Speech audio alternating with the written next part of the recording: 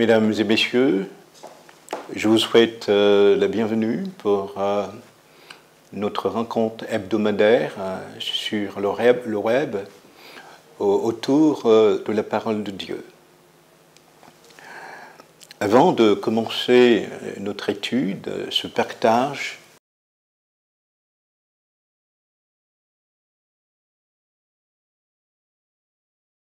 j'aimerais que nous puissions invoquer la présence de Dieu par la prière.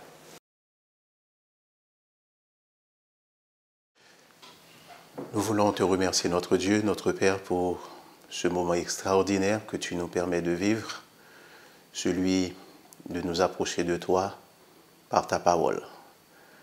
Nous voulons te rendre gloire pour ton amour et nous voulons honorer ta sainteté. Accompagne-nous, permets que nous comprenions ce que nous lisons et ouvre aussi l'intelligence de ceux qui regardent ce programme et que tout soit fait pour ta gloire et en ton honneur. Nous t'avons prié en Jésus. Amen. Le sujet qui nous préoccupe a pour titre la sainteté de Dieu. Sujet éminemment important, central, j'allais dire fondamental pour tout croyant. Le sentiment que j'ai, et je ne sais pas si vous la partagez, je crois, c'est de la grandeur, de la profondeur, de l'immensité de ce sujet. Et je crois que nous n'aurons pas la possibilité de l'épuiser tellement il nous dépasse. Toutefois, nous allons en toute humilité en parler. D'abord, j'aimerais poser la question à chacun de vous, donc à Jean-Marc et à Renseigue. Lorsque nous parlons de la sainteté, qu'est-ce que nous voulons dire?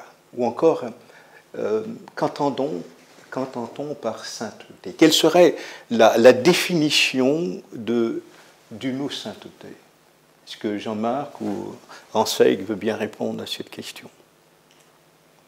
Dans la Bible, le mot sainteté est employé dans l'Ancien et dans le Nouveau Testament. Pour l'Ancien Testament, c'est le mot Kodesh, c'est un mot hébreu qui veut dire séparer, couper, mettre à part. Et ce même mot est employé dans le Nouveau Testament, c'est le mot agios, oui. Qui veut dire séparer, mettre à part. Alors cette définition-là nous donne un petit peu une vision de ce qu'est la sainteté, qui est l'idée de mettre à part. Je laisse le soin à Renseigue. Renseigue, est-ce que tu peux apporter moi, je suis dans le fil de ce qu'a dit Jean-Marc. C'est être au-dessus du lot. Et c'est Dieu lui-même qui le dit. Lorsqu'il, dans ses relations avec l'homme, lorsqu'il se décrit, il dit « Autant les cieux sont élevés au-dessus de la terre, autant mes pensées sont élevées au-dessus de mes pensées, de vos pensées, et mes voix au-dessus de vos voix. » Donc ça veut dire que l'être humain est en contact avec l'infini qu'il n'arrive pas ou qu'il ne pourra jamais arriver à appréhender. Et je crois, Robert, je peux reprendre un mot que tu as employé, que tu as utilisé dans ton introduction. Tu as dit, on va aborder ce sujet en toute humilité. Et je crois que nous devons vraiment faire de ce mot humilité le fil conducteur de nos réflexions, parce que nous sommes en présence de quelque chose qui nous dépasse, la sainteté de Dieu. En effet, en effet. Oui, alors, donc, si je reprends ce que Jean-Marc a dit, donc la notion de sainteté véhicule l'idée de ce qui est séparé, ce qui est mis à part, n'est-ce pas, ce qui est autre, hein, ce qui est différent. Par rapport donc à Dieu, donc tu as commencé, Renseg, à en parler, la Bible nous révèle Dieu, que ce soit dans l'Ancien Testament ou dans le Nouveau Testament, comme le Dieu saint. Alors, peut-on parler, comment peut-on parler de cette sainteté de Dieu? J'aimerais, en l'évoquant, demander à Jean-Marc de lire un texte qui se trouve dans Ésaïe au chapitre 6, le verset 2 et 3. Des séraphins se tenaient au-dessus de lui. Ils avaient chacun 6 ailes, 2 dont ils se couvraient la face, 2 dont ils se couvraient les pieds, et 2 dont ils se servaient pour voler. Ils criaient l'un à l'autre et disaient « Saint, Saint, Saint est l'Éternel des armées. Toute la terre est pleine de sa gloire. » Nous trouvons aussi ce texte dans Apocalypse chapitre 4, dans la vision du trône de Dieu, où les êtres, donc les vivants cette fois-ci, disent constamment, comme les séraphins du chapitre 6, « Saint, Saint, Saint est l'Éternel ». Alors, la sainteté de Dieu, c'est quoi? C'est quoi la sainteté de Dieu, Jean-Marc? Je pense qu'on l'a déjà dit, par rapport, il sera difficile de poser un terme exact sur la sainteté de Dieu. Mais par divers attributs tels que sa majesté, sa grandeur, sa magnificence. Et les psaumes déclarent qu'au fait, les cieux ne peuvent le contenir. Le ciel est son trône, la terre, son marchepied. Comment définir cette grandeur, cette immensité? C'est pour cette raison que nous devons peut-être aller un petit peu plus loin dans notre concept même de sainteté de Dieu.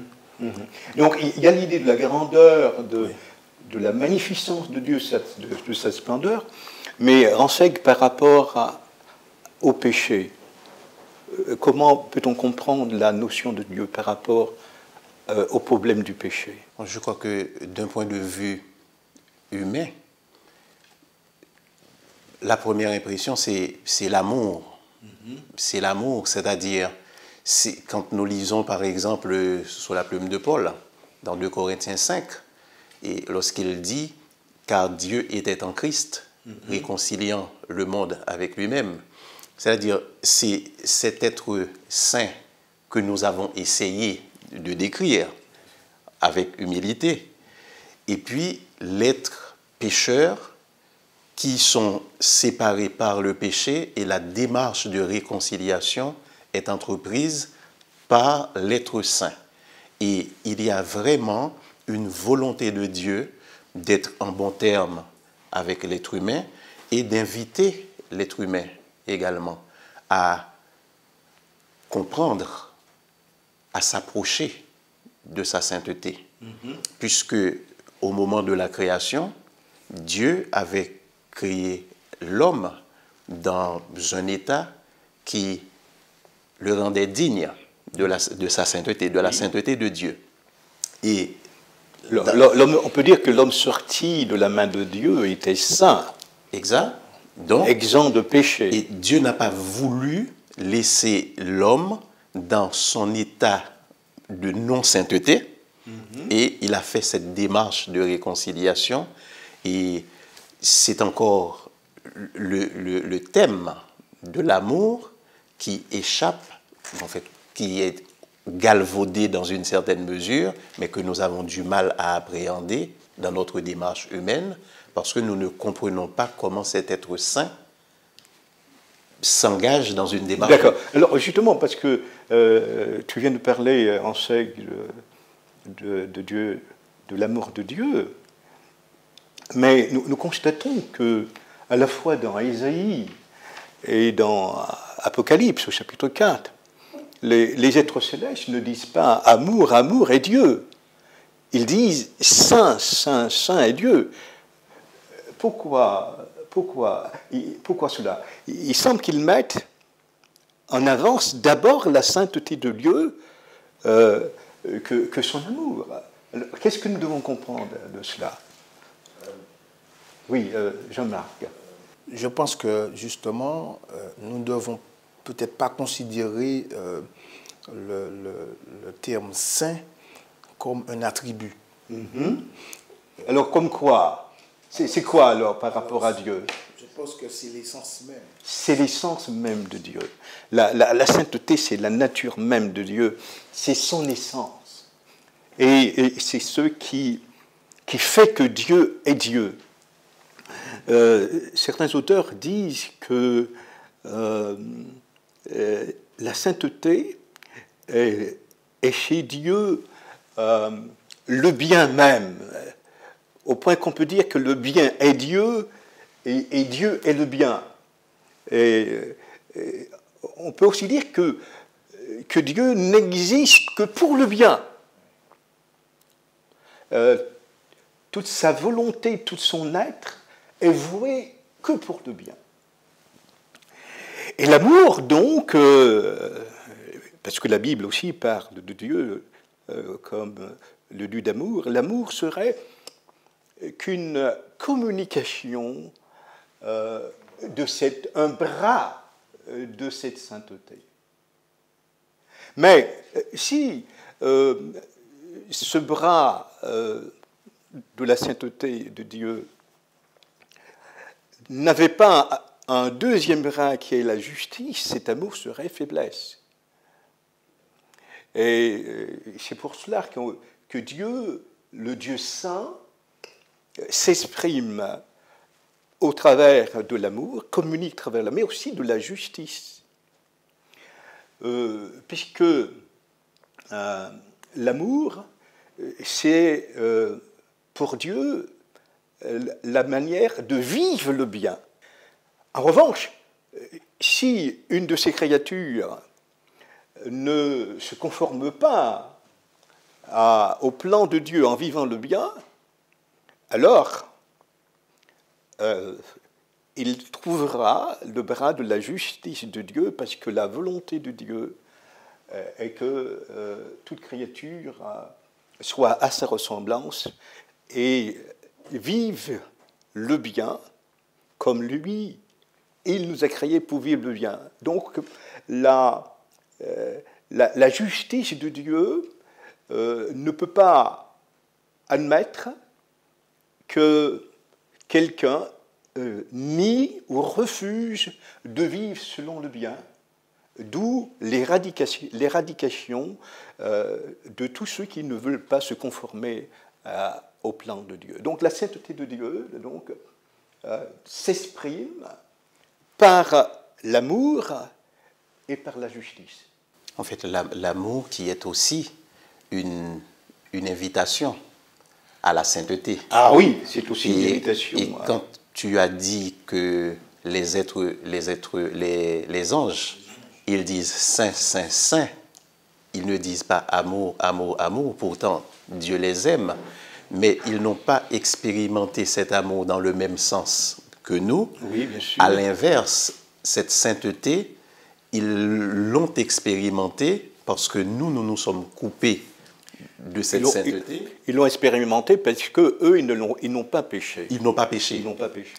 D'où le point qui m'a retenu dans cette pensée-là, et c'est que la sainteté, c'est être mise à part. Il y a une séparation. Et en parallèle de cela, le péché, c'est aussi la séparation d'avec Dieu. D'avec la nature de Dieu, d'avoir de l'être de Dieu. Tout à fait. D'où la dimension de ce Dieu-là, et d'où aussi notre dimension qui est infime, puisque au fait, cela nous permet de comprendre que nous avons besoin d'un sauveur, qui nous permet de rétablir justement cette relation entre ce Dieu infini, ce Dieu saint et nous-mêmes. Il y a aussi une autre notion importante lorsque nous parlons de la sainteté de Dieu, c'est de la pureté de Dieu, cette pureté immaculée de Dieu. Et j'aimerais maintenant qu'on puisse aborder très brièvement, certes, la sainteté de Jésus. Parlons de la sainteté de Jésus. Lorsque l'ange Gabriel vient annoncer à Marie la naissance de Jésus, comment s'exprime-t-il? Est-ce que, Ransec, tu peux nous le lire dans Luc 1, verset 35? L'ange lui dit, « Le Saint-Esprit viendra sur toi, et la puissance du Très-Haut te couvrira de son ombre. C'est pourquoi le Saint-Enfant qui naîtra de toi sera appelé Fils de Dieu. » Voilà. Donc Jésus, même avant sa naissance, est appelé le Saint de Dieu. Lorsque Jésus a commencé son ministère, il a commencé à accomplir des miracles, des guérisons, à chasser les démons. Et nous avons dans les évangiles une situation où les démons même confessent la sainteté de Jésus. Nous trouvons cela dans Luc 4, verset 31 et jusqu'au verset 38. Luc 4, 31 à 36. Alors, il descendit à Capernaum, ville de la Galilée, et il enseignait le jour du sabbat. On était frappé de sa doctrine, car il parlait avec autorité. Il se trouva dans la synagogue un homme qui avait un esprit de démon impur et qui s'écria d'une voix forte, « Ah, qu'y a-t-il entre nous et toi, Jésus de Nazareth? Tu es venu pour nous perdre. Je sais qui tu es, le Saint de Dieu. » Jésus le menaça, disant, « Tais-toi et sors de cet homme. » Et le démon le jeta au milieu de l'assemblée et sortit de lui sans lui faire aucun mal. Merci, Ranseg. Et nous avons aussi une autre situation, toujours dans les évangiles rapportés par Luc, à l'occasion de la pêche miraculeuse. Les disciples avaient passé toute une nuit sans rien donc prendre comme poisson dans leur filet. Et Jésus va leur donner de jeter à nouveau le filet. Et là, ils vont avoir donc, j'allais dire, une pêche miraculeuse, parce que c'est tout à fait le cas.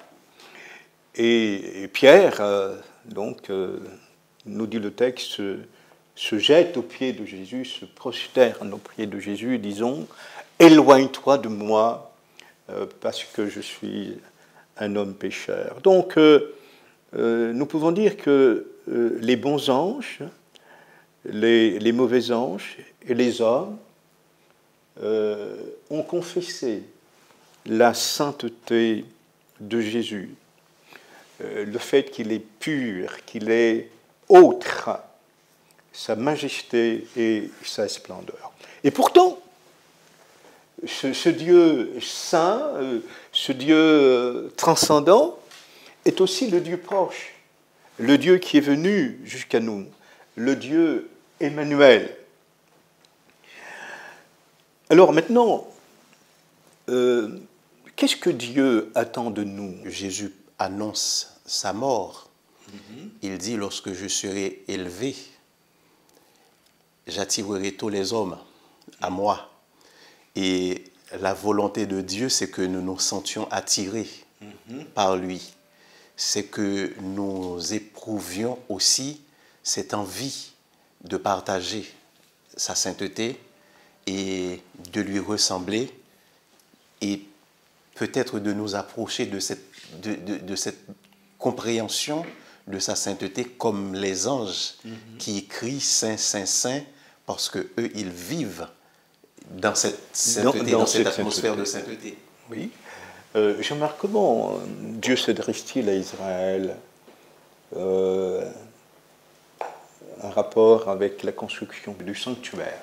Ils me feront un sanctuaire et j'habiterai au milieu d'eux. Et vous serez mon peuple. Oui, mais vous serez saints. Comme moi aussi saint, tout à fait. Donc la volonté de Dieu a toujours été, que ce soit pour Israël ou pour l'Église, que nous soyons saints. Parce que la sainteté de Dieu est le mobile le plus élevé, le plus noble que Dieu puisse proposer à sa créature. La volonté de Dieu, depuis la création de nos premiers parents, Adam et Ève, jusqu'à ce jour et pour l'éternité, est que nous le ressemblions, que nous soyons comme lui. Dieu est saint et Dieu souhaite que nous soyons saints. La sainteté, Jean-Marc, est-ce que la sainteté est une option? Non, ce n'est pas une option. Ah. Est-ce que c'est une imposition? Ce n'est pas une imposition non plus, mais c'est un choix, je dirais. C'est un choix, oui. Celui qui prend la décision de suivre Jésus, par voie de conséquence, automatiquement, il entre dans le concept de la sainteté. Pour ce faire, ce que je voulais ajouter, n'oublions pas que le Christ, il était en relation avec son Père qui est saint, d'où lui venait encore cette sainteté-là. Et nous devons nous poser la question, justement, si Dieu est saint, si le Fils est saint, et si nous disons que nous sommes en relation avec ce Dieu-là, je pense que pour nous, il est important d'avoir dans nos consciences ce que cela implique, puisque le texte de 1 Corinthiens 6, verset 19, nous dit que notre corps est le temple du Saint-Esprit. Et cela me fait penser à Jacob, lorsqu'il était en fuite, il a eu peur, il a dit, quand il a ressenti la présence de Dieu, il a dit que ce lieu est la maison de Dieu. Nous avons l'exemple de Moïse qui a perdu ses moyens, l'exemple de Daniel aussi qui est tombé dans la faiblesse, le manque d'énergie, livide.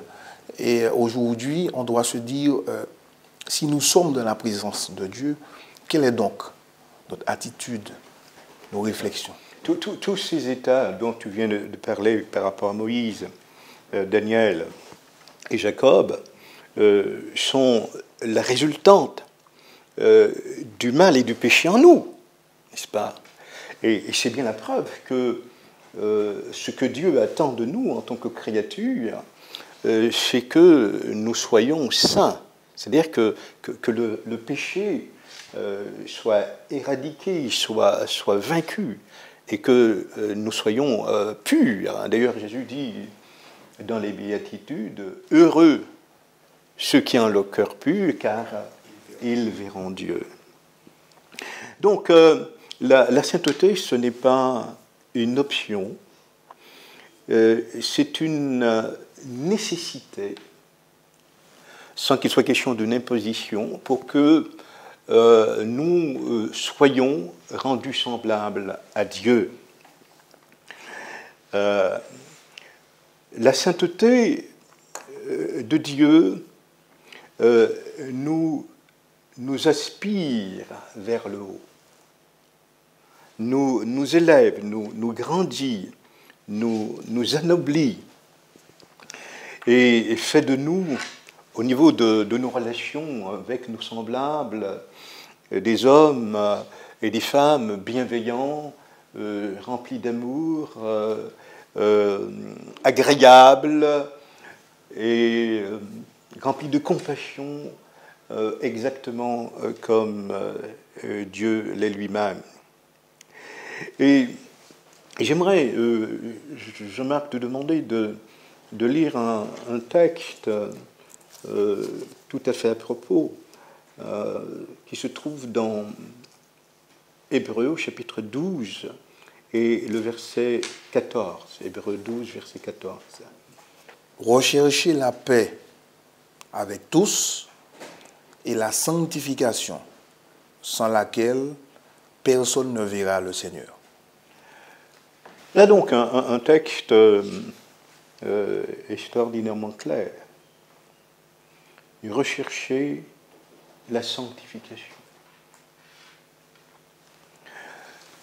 Mesdames et messieurs, chers amis qui nous écoutez sur le web, nous avons conscience de n'avoir pas épuisé ce vaste sujet. Nous avons fait que légèrement effleurer ce sujet sur la sainteté de Dieu.